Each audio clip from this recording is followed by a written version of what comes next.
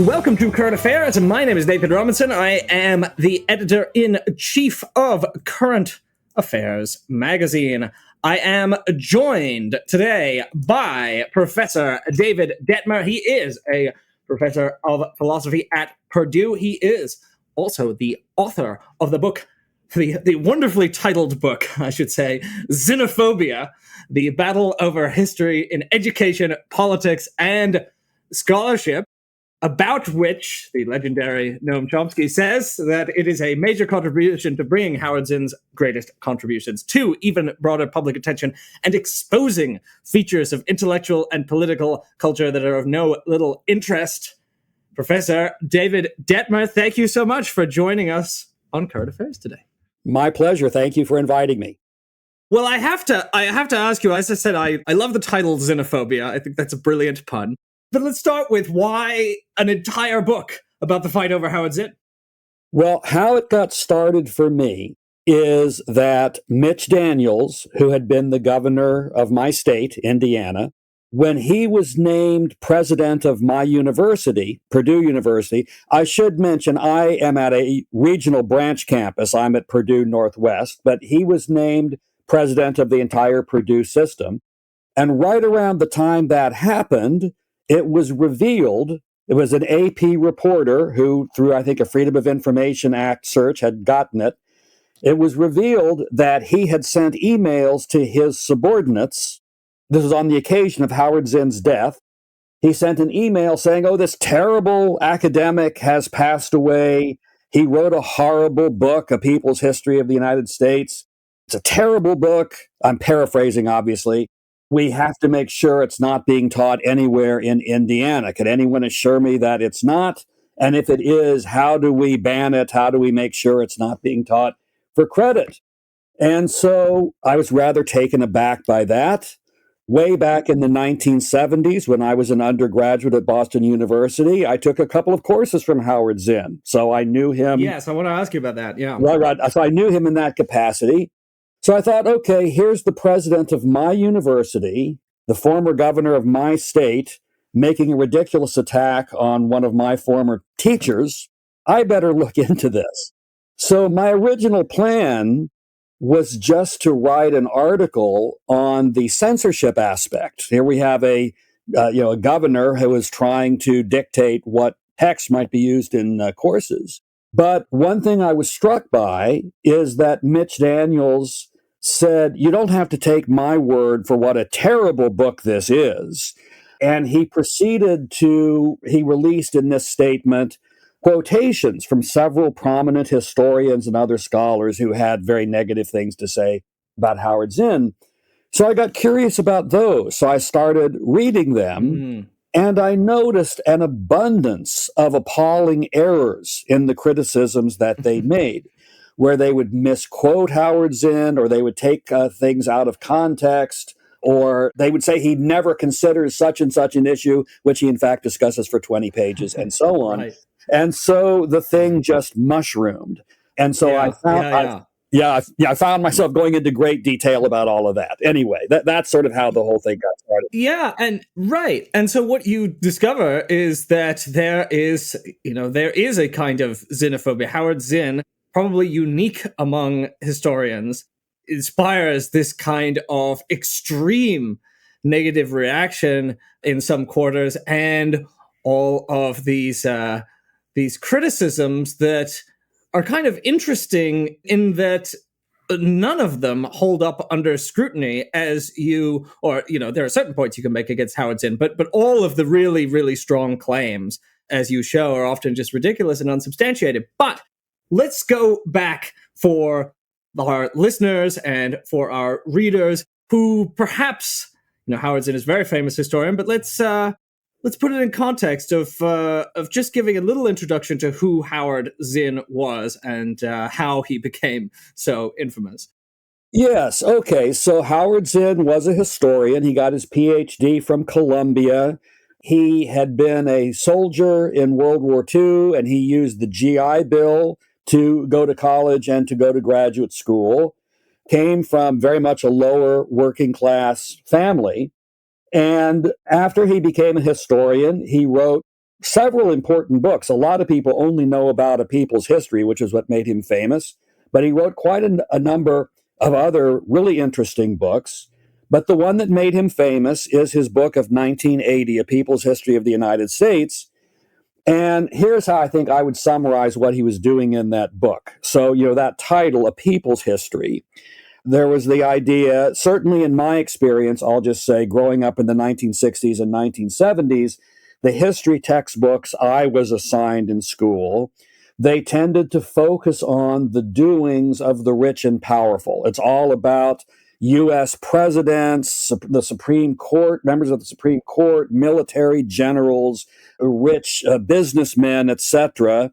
And their exploits were thought to be what was most important in American history, and their deeds tended to be celebrated. And to the extent that there was a criticism, it was muted, and there would be an attempt to sort of soft pedal it as much as possible. So Zinn, on the other hand, focusing on a people's history, I think there are a couple of meanings of that. One would be that the suffering that ordinary people experienced at the hands of the rich and powerful would be treated as significant. So the book notoriously starts with a chapter on Columbus, where the emphasis is on Columbus's involvement in the slave trade and involvement in the genocide of Native Americans that he encountered. So whereas earlier treatments of Columbus, sometimes they would mention briefly in passing these unsavory aspects, but it was more about the positive stuff, this intrepid explorer, who took extraordinary risks to be one of the first Europeans in this part of the world, and so on and so forth. So A People's History is going to take seriously the crimes done against the people. But then on a more positive side, it's also about the contributions to history by ordinary people. A sort of thesis of the book is that when there is significant progressive change, it tends not to be those on top who bring it about.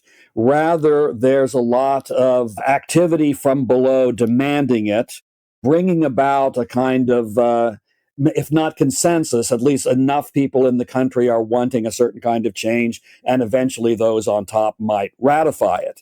So a very different view of what drives history. And then I'll mention one other aspect.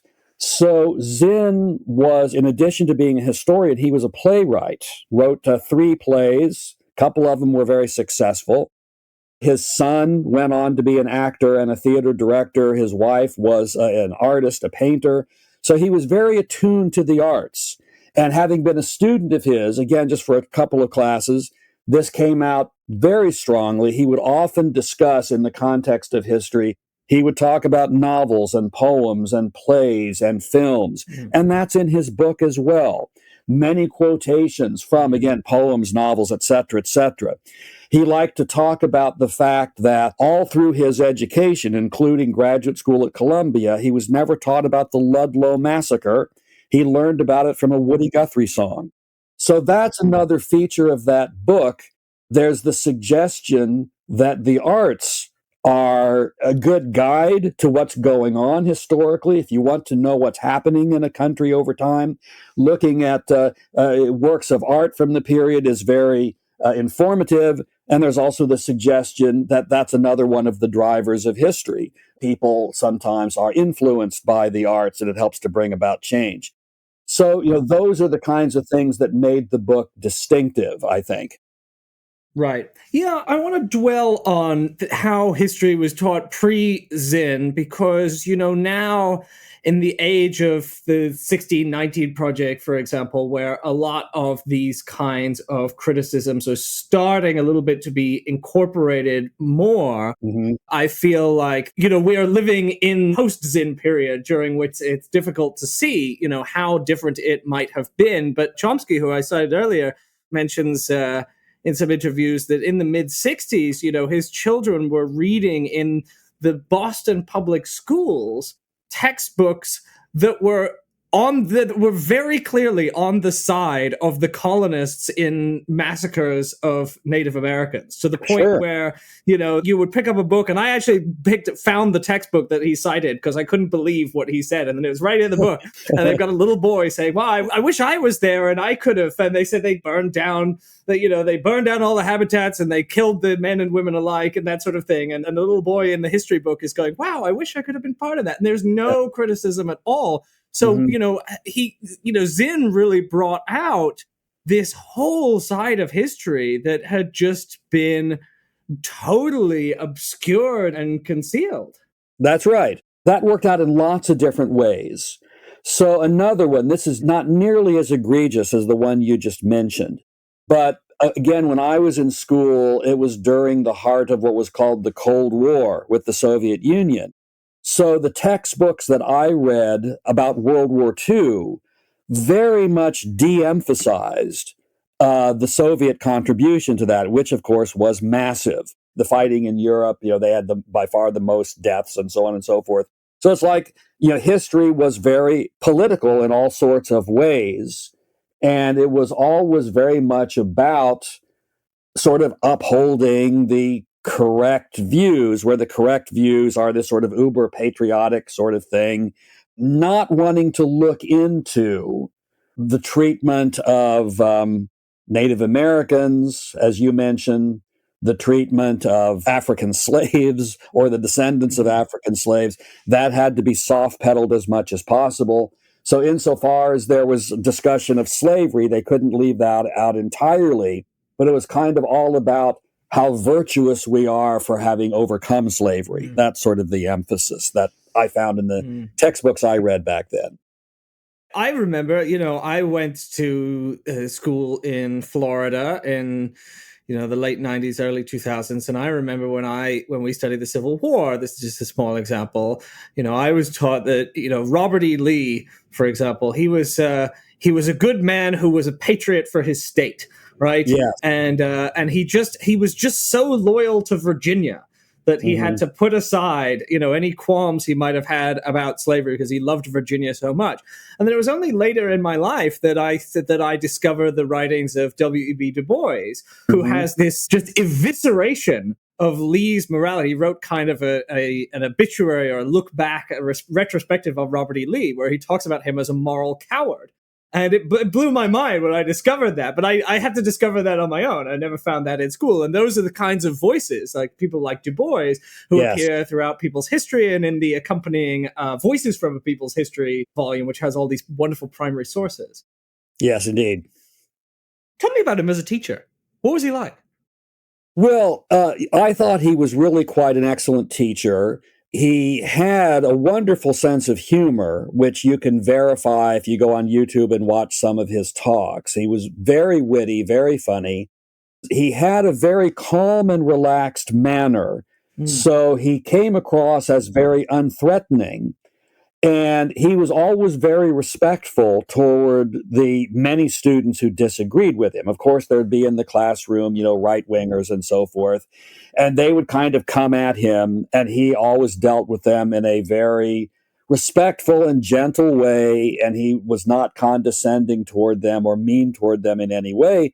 So he tended to be very much liked even by students who didn't appreciate or didn't agree with his politics.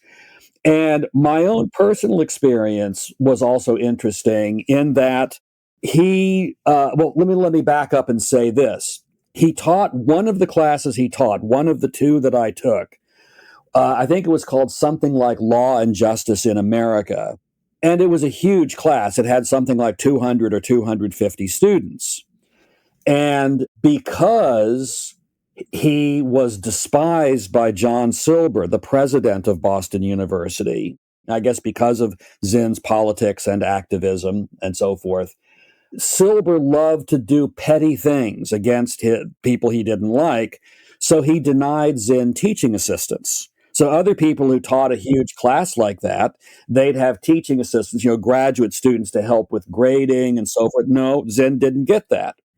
So in spite of this huge roster of students, Zinn requested that all students come to see him during his office hours, which were hugely extensive, to discuss with him the paper. He would assign papers, and anytime we did a paper, you come and talk to Howard in his office.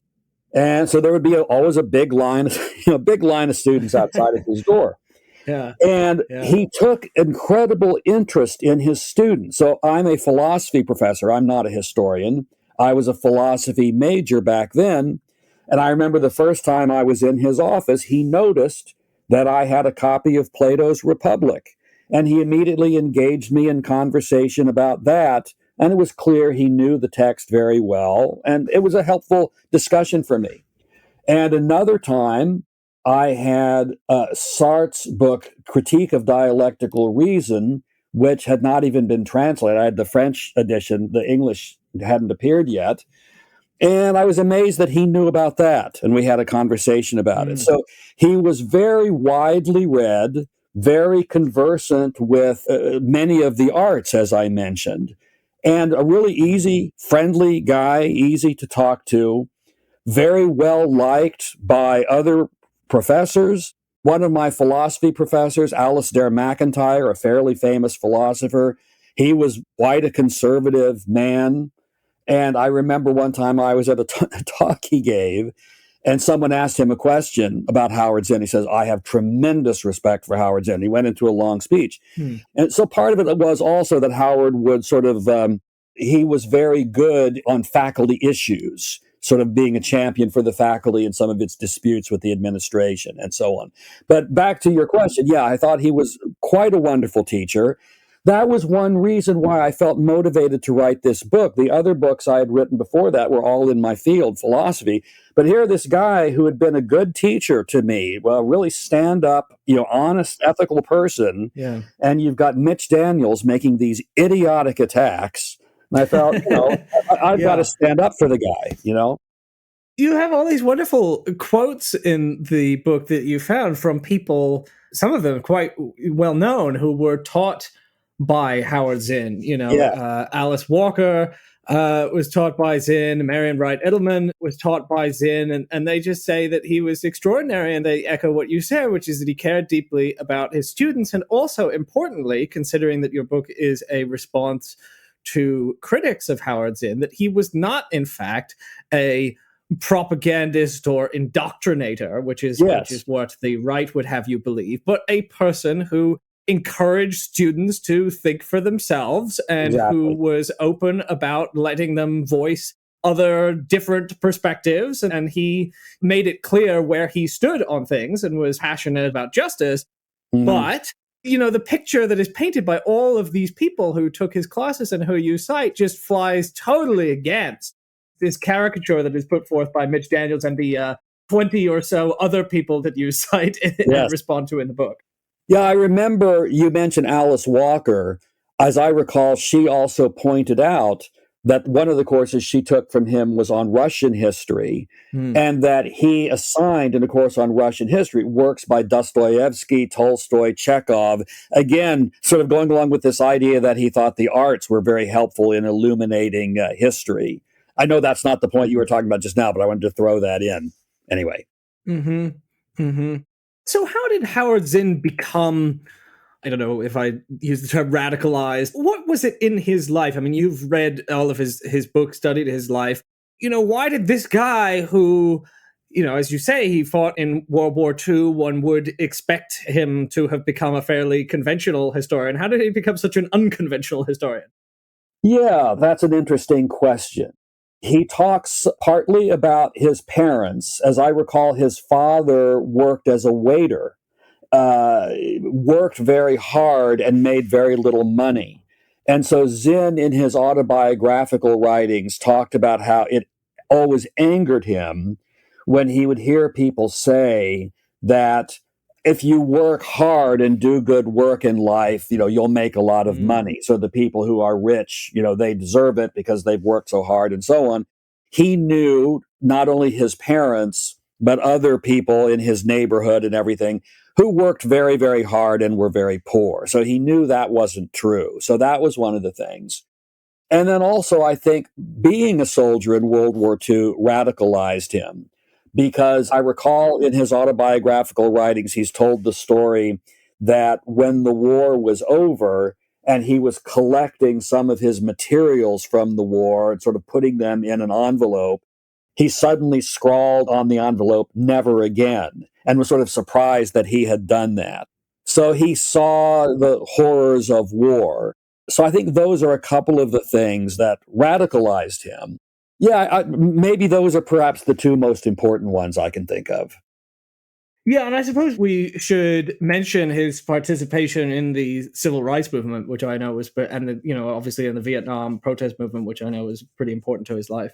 Oh, yes. So I'm glad you brought that up because that brings up maybe another thing that would have contributed to this radicalization, and that is that his first academic appointment was at Spelman College in Atlanta, which was, I guess they now call it a historically black college. I think it was exclusively black back then, and it was a women's college.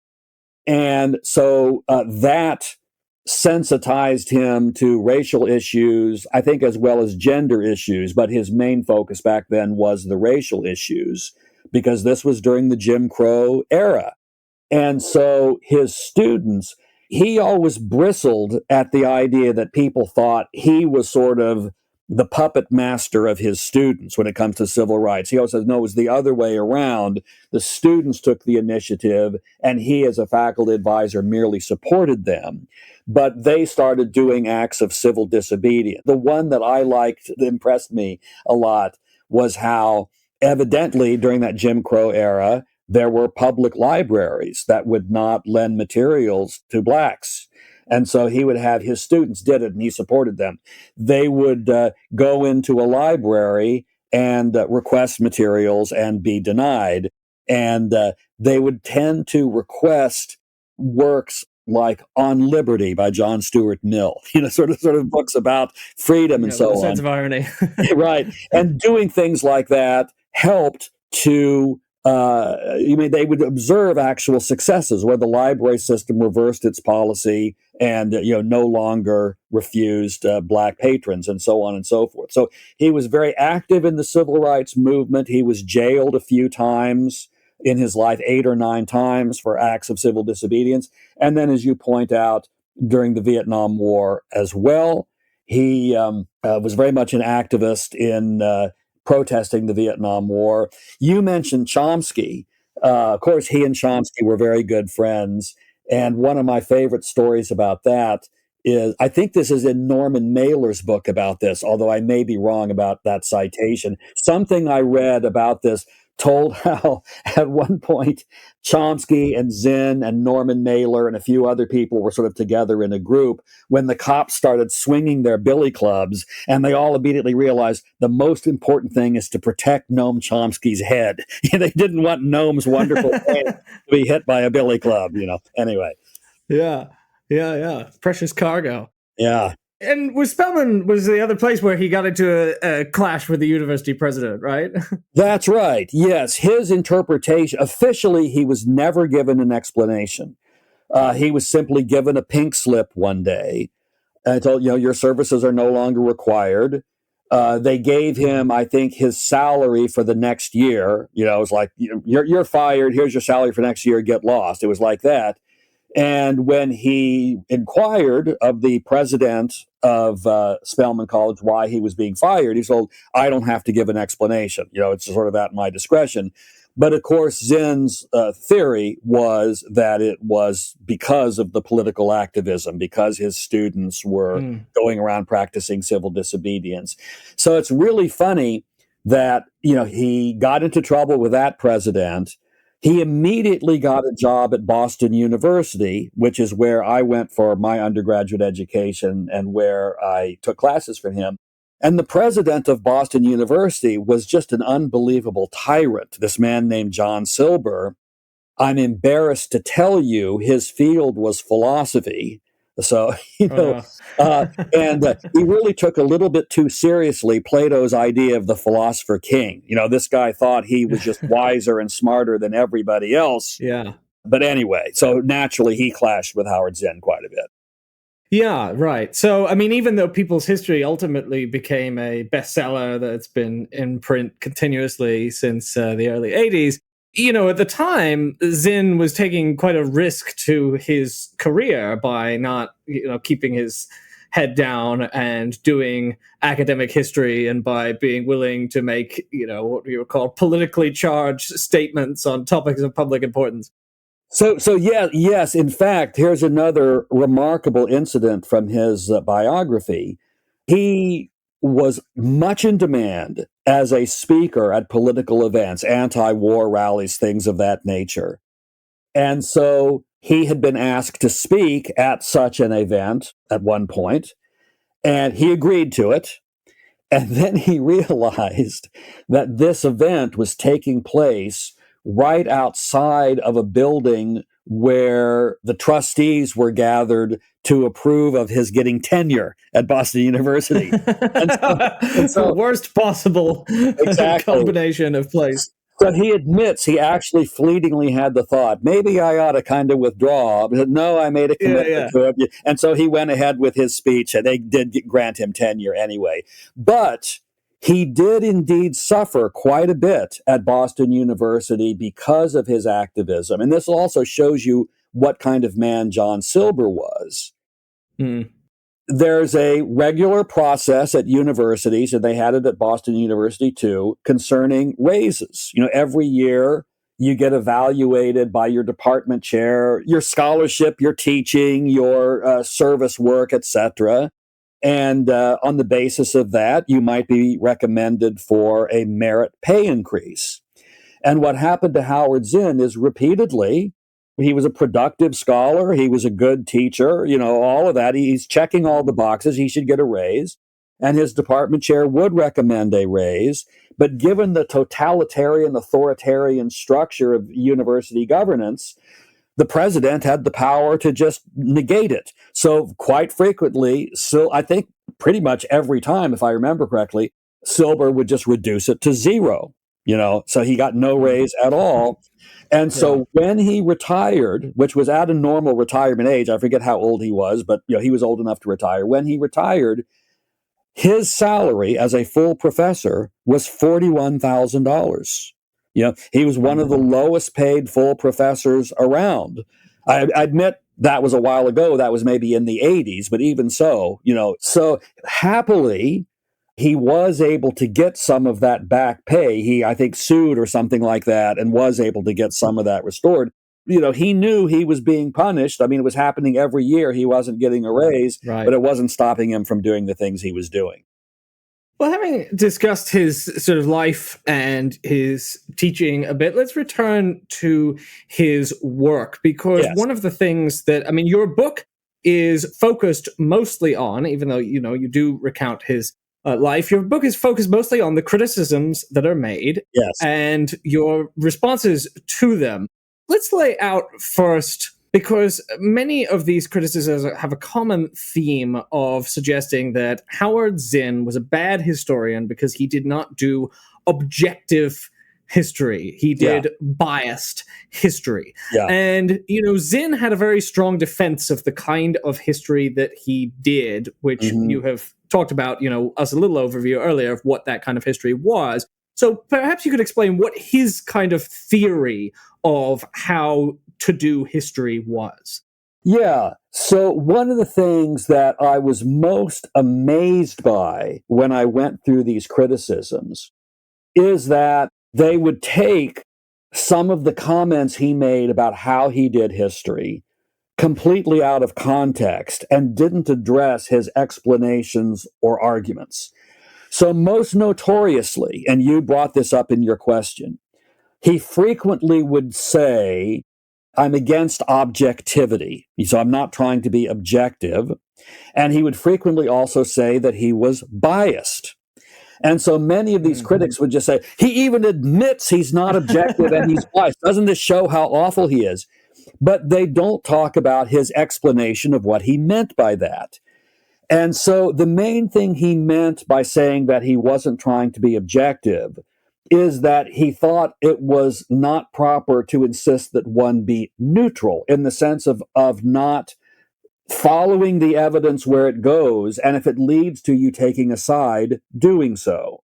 So one of the best ways of getting at this is he remarks in some of his writings about how, I think it was in 1967, as the Vietnam War is raging, there was a meeting of the American Asian Scholars Association, whatever it's called, the major scholarly body of research into Asian issues.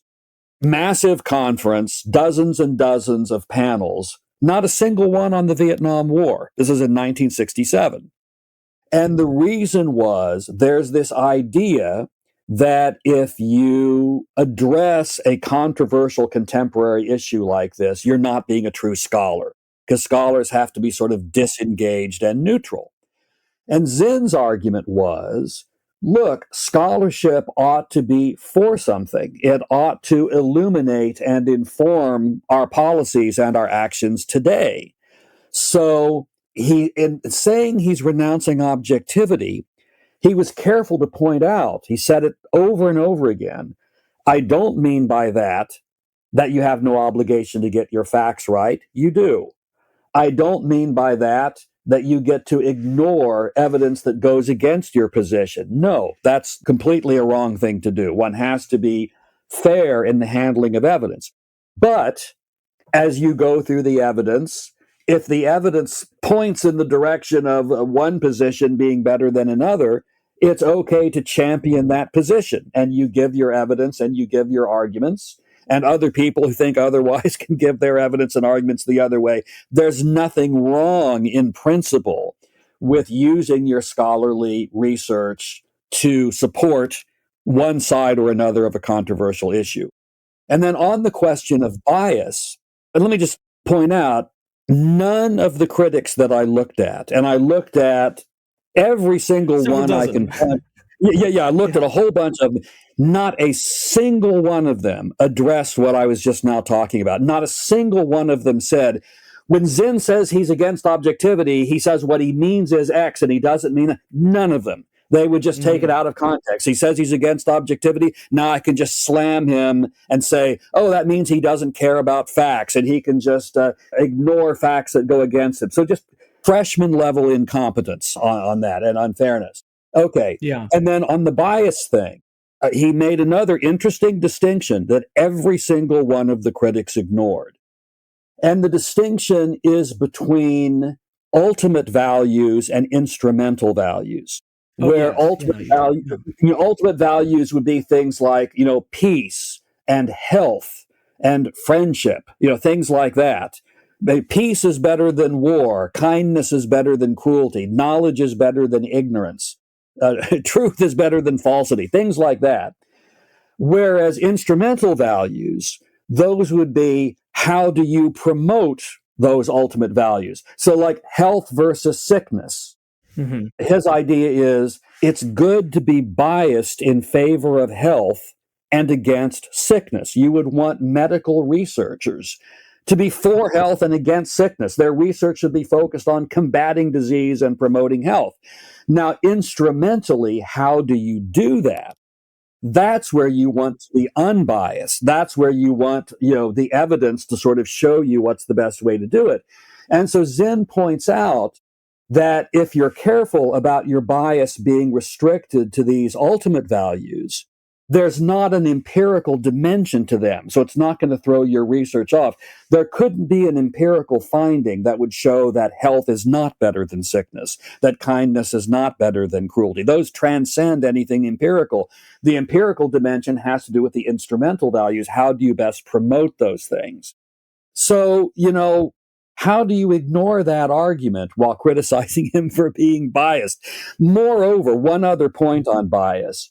He several times talked about how he's not entering into these disputes in a vacuum. There's this whole huge existing literature with a bias that's different than his. And so he said, he's the analogy, it's like I'm pushing my little cart, into the marketplace and offering a different point of view. So part of why he wanted to say, I'm giving you a biased account, is to acknowledge that and say, I come at it from a certain point of view and I think I can defend it, but I'm not claiming everybody looks at it this way. You should know there are other people who look at it another way. So, he said that in a way to be sort of open and transparent and friendly. And then these critics turn it into some kind of admission that he's a bad scholar. Yeah, well, that gets to what I wanted to ask next, which was someone could reply and say, all right, well, I concede that Howard Zinn did not, in fact, believe that you should obscure the truth, that he saw what he was doing as in the service of your values, that he did believe in being, committed to accuracy. However, in practice, what he did with the people's history is to present only negative facts about the United States. This is a sort of common line of criticism, right? Right. What are you doing? You're going through American history and you're giving the stories of all the things that the United States has done wrong, and you are countering what you see as, this mythology of the United States with a counter mythology of your own that only sees the bad in America. How would you respond to that? Yeah, what I would say is that's a caricature, and a pretty inaccurate one at that. It is true that he has more emphasis on the bad stuff than other histories do if you think of America as the presidents, the Supreme Court justices, the generals, the business leaders. But if you take a more inclusive view of America, I don't know that it's more negative, because he's singing the praises of all kinds of unsung heroes. So, like, even back to the Columbus thing, which is, I think, the one that rankles people a lot. Maybe they give up on the book after the first chapter, because they're so appalled by it. So it's true. He says a bunch of nasty things about Columbus that other books prior to his didn't go into. But he sings the praises of Bartolome de las Casas, who was this priest who was there, who documented what Columbus did and protested against it. So here's maybe somebody we might celebrate who was sort of neglected.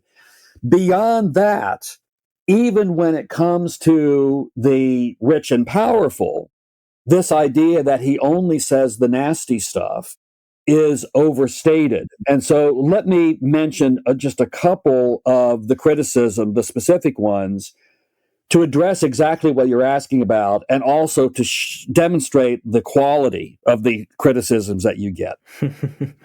So one of the most prominent critiques is by Sam Weinberg, who's a professor at Stanford. So, I'm not going after Mickey Mouse guys. I mean, he's at Stanford, this big major historian. And actually, I say historian. His field is more historiography than history itself, and history teaching. And so he writes lots of books and articles about sort of the right way to do history and all sorts of pitfalls to avoid. And the rhetoric is always, I'm sort of the voice of reason, and I'm sort of chastising people who stray from the right way, and so on. And so he wrote a piece on Zinn. The title was Undue Certainty. So he was essentially claiming that Zinn is way too dogmatic, way too certain that sort of his view is the right way, intolerant of sort of other perspectives. And so one of the points he makes to try to prove this charge is he says, good, careful historians are very modest in their rhetoric, and they modify their claims with words like perhaps, maybe, seems, on the one hand, but on the other hand. Not Zinn. He just sort of marches right through. And so I was struck when I read that article. First of all, having read Zinn, I thought, gosh, that doesn't sound like Zinn. I think he has lots of qualifications like that. But I was struck by this sentence where he says, a search for qualifiers in Zinn's text mostly comes up empty. And I thought, that's a pretty Weasley sentence. How about telling us exactly what kind of search you did and what you found? What do you mean, just a search and it mostly comes up empty? Well, in Weinberg's text, he he says Zinn extinguishes, that's his word, extinguishes the word perhaps. Well, even though, of course, I have hard copies of Zinn's book, the easiest way to check it, I went online. You can find it online. You can do an in-text search. And so in my book, I put in the over 100 instances of the word perhaps. That he extinguished. Yeah. So not extinguished. Yeah. So then a similar example, this is Sean Willentz, big mucky muck professor at Princeton. Yeah. And when Zinn died, the Los Angeles Times had an article where they asked a number of leading contemporary historians what they thought about Zinn. And so in Willentz's answer, part of what he said was, well, Zinn had this oversimplified view where every president was a stinker and every left-winger was great. I think I'm quoting him word for word. I think that's what it was. Every president was a stinker and every left-winger was great. That can't be true. Lincoln freed the slaves, but you'd never learn that from Howard Zinn. So I opened up a People's History. I went to the chapter on the Civil War, and on the first page, you find twice the statement, Abraham Lincoln freed the slaves. When Zinn said that, he was making a typical Zinn-like point because he compared Lincoln to John Brown and said something like, Lincoln freed the slaves through whole-scale or large-scale violence, whereas John Brown had tried to do it by smaller-scale violence. But twice he says, Lincoln freed the slaves. So these guys, they don't even bother to even check. I mean, if I can just make one more point, I realize I'm rambling. Please. One more quick point. I mean, just from an ethical standpoint, when I think, how do you do something like that? Here, someone has died. You're asked as an expert to comment on his career, and you issue this completely disprovable falsehood, and you don't even bother to check. He, doesn't acknowledge Lincoln's role in freeing slavery. You don't even say, you're so arrogant, you don't even think you need to check to make sure that it's accurate. It's mind-boggling to me. Anyway. Yeah. One of the points you made, it strikes me as so profound, which is that, I was looking in preparation for this conversation through a volume that I think came out after you published Zinnophobia, weren't able to respond to it, which is called Debunking Howard Zinn. Oh, yeah. By one of the critics that you do respond to, Mary Graeber. And, her whole thing throughout the book is Howard Zinn would only admit evidence that was anti-American and excluded evidence that, for America being good. But the point that you made earlier about how this whole take on Howard Zinn can only be accepted if you see America or the United States as synonymous with particular presidents, generals, business leaders. But if you think that civil rights leaders have just as much of a claim to be representative of the United States, there is nothing that is critical of the United States in the book, because the people who are resisting these terrible injustices are just as American and have just as much of a right to speak for the country. Absolutely. That distinction, it happens that right before the pandemic, I think it was in October 2019, if I remember correctly, I was in Vietnam. I was speaking at a conference there. And so I'd never been to Vietnam before. So one of the things I did when I had a little time is I went to, I think they call it the War Remnants Museum. And I was astonished to find that there they made exactly the distinction you just discussed. I would have thought it would be quite understandable if the whole museum was what these critics would call, anti-American, because it was a horrible crime what the U.S. did in Vietnam. But they had an entire large room devoted to the American anti-war movement and talked about how important that had been in ending the war. And so it was sort of making this rigorous distinction between, the American government did all this, dropped all this napalm and all these bombs, et cetera, but also another part of America was all of these people who stood up, and went to prison and did other sorts of courageous things to try to stop it, So you're going to find both of those things also in Howard Zinn's book, but in the mind of Mary Graeber, that's just being anti-American. Mm-hmm. Mm-hmm. It is striking. I mean, I think you're the only person to have gone through all of the criticisms of Howard Zinn. Yeah. And as a philosopher, you deal in arguments. So you go, well, what are the actual arguments? What is the evidence presented for the arguments? And you go through, as I say, 25 of these people and everything they've said about Howard Zinn. And it is striking that how quickly it falls apart when you scrutinize it. They don't understand Howard Zinn. They don't get what his project is. They don't get why he did what he did. They don't know what you have. At one point in the book, you have like a list of all of the crimes against reason that they commit, and it goes on for 2 pages. It's great. It's really funny. I would read it, but it would take like 5 minutes to do the whole list. So then let me get you to, okay, well, if there is all this lazy criticism of Zinn, what explains this? Why is there this sort of pathological, xenophobia, like a disease? Why are people incapable of thinking rationally about this man? So that is an excellent question. I very deliberately did not address it in my book because, and let me just briefly do a slight detour, then I'll get back to your question. You mentioned how I talk about everything these critics say.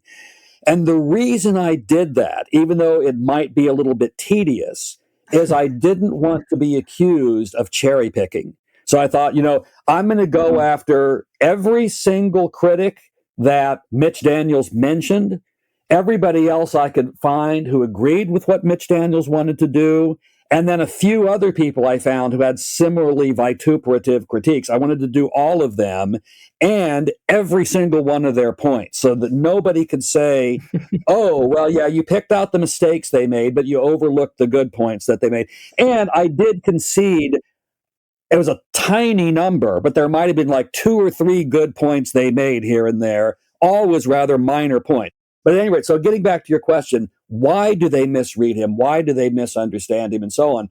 The reason I didn't go into that is I can't really prove anything about that. It would just be speculation.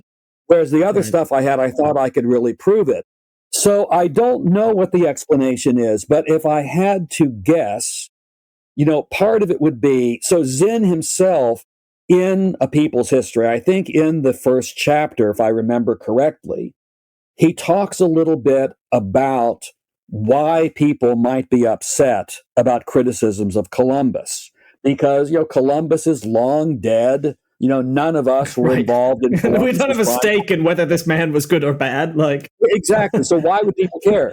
And so Zinn said, well, the reason why they might care is if you accept the traditional view of Columbus, implicitly what that means is crimes against ordinary people are really not that important if it leads to progress or wealth or whatever you want to call it.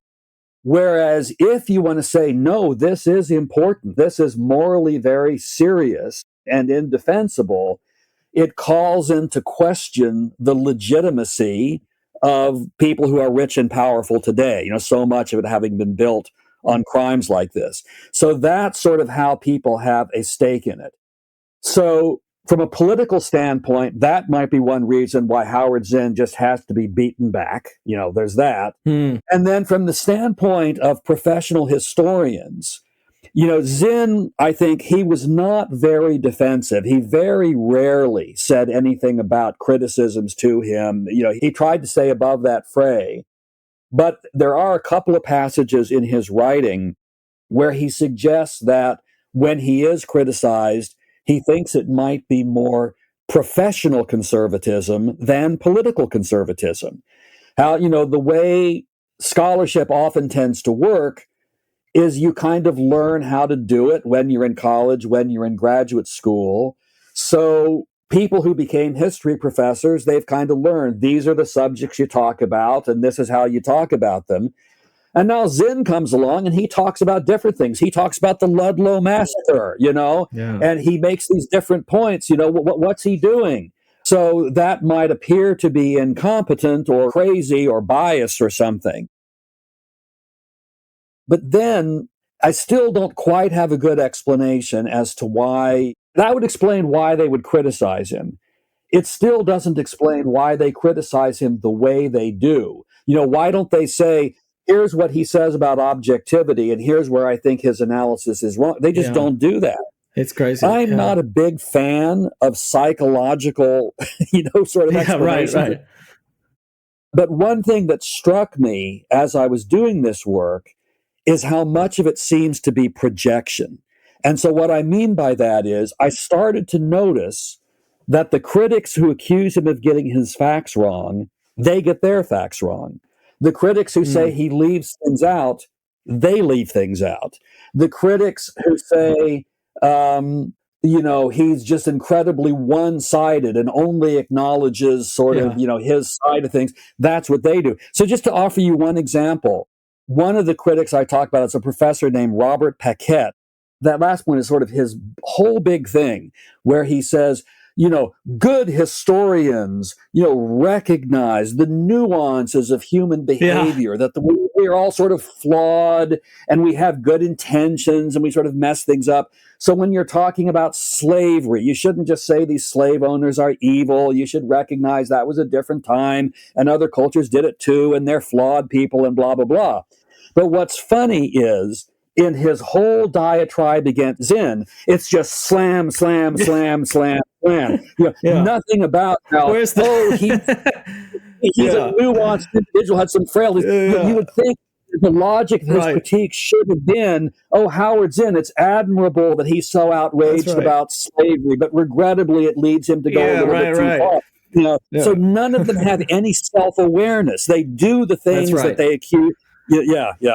That's the same is true in Graeber's book, because she goes, Zinn leaves out all this nuance, and then she goes, that's because he's a Marxist communist ideologue devoted to tearing the country to shreds. And you're like, well, maybe there's some complexity there. Maybe we believe in complexity. Yeah, exactly. Yeah. One of the points you made there about how one of the differences between Zinn and his critics is not a factual difference. They often don't disagree very much on the facts. They don't cite factual errors that he makes very much. It really is a fight about emphasis, and that difference in emphasis often does boil down to how significant do you think atrocities are? Do you care? Yes. Do you think someone who was a mass murderer but did some other things should be remembered for the other things? Or do you think mass murder is really important? I was reading Graeber's chapter about the detention of Japanese Americans. And she's like, well, the conditions were good, she's like, the food wasn't terrible. And you're like, well, doesn't the difference come down to not that you're arguing about Zinn's facts, but that he finds it outrageous and you don't? Yeah. So a couple of things about that. So one is, on the facts issue, some of them do say that Zinn gets a lot of his facts wrong, but none of them really talk about very many of them. A typical rhetoric will be, he gets his facts wrong all the time. Here are a couple of examples. And then it turns out those examples don't hold up. And I make the point in my book, you got to choose the example. So if he makes a whole bunch of mistakes and you're only going to give a couple, you would be expected to cherry pick some really egregious and awful ones. They pick ones that don't even hold up to modest scrutiny.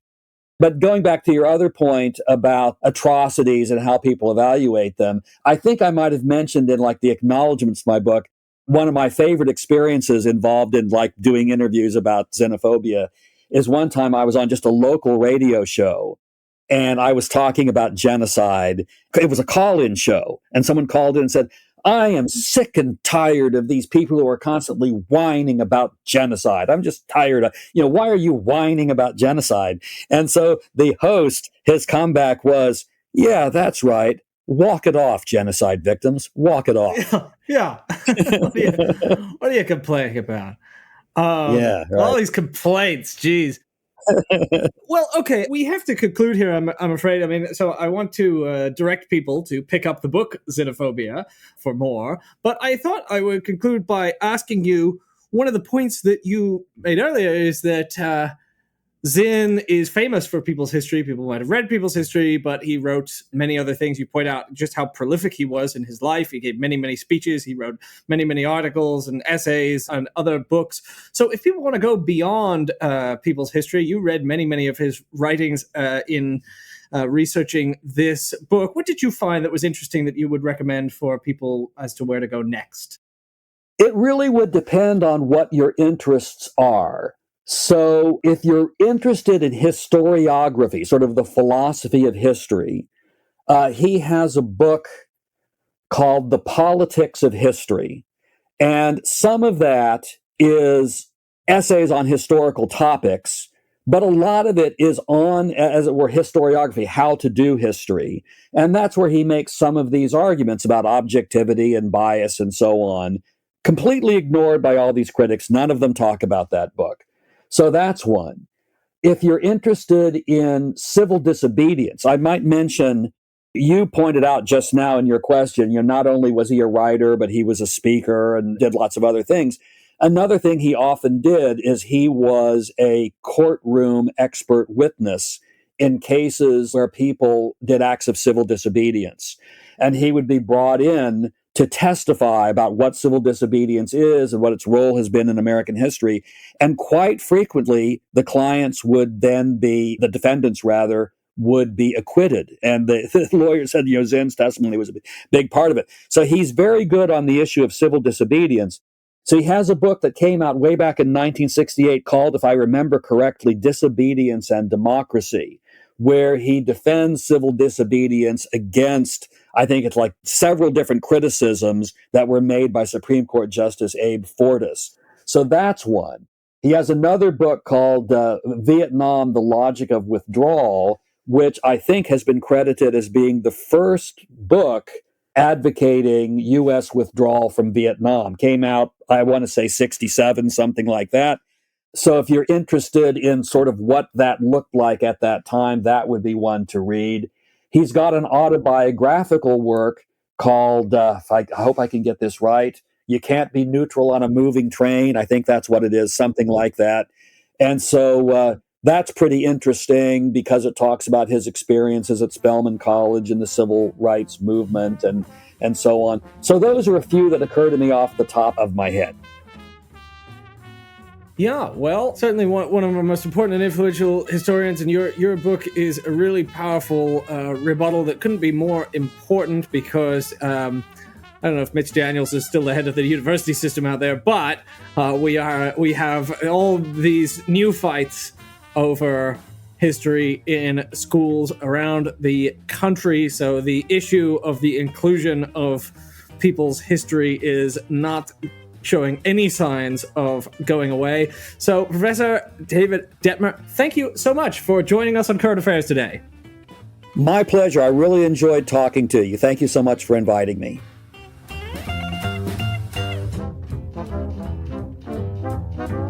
The Current Affairs Podcast is a product of Current Affairs Magazine. If you are not subscribed to Current Affairs Magazine, visit currentaffairs.org/subscribe today and get our glorious print edition. The Current Affairs Podcast is released regularly every week on patreon.com/currentaffairs. Thanks for listening.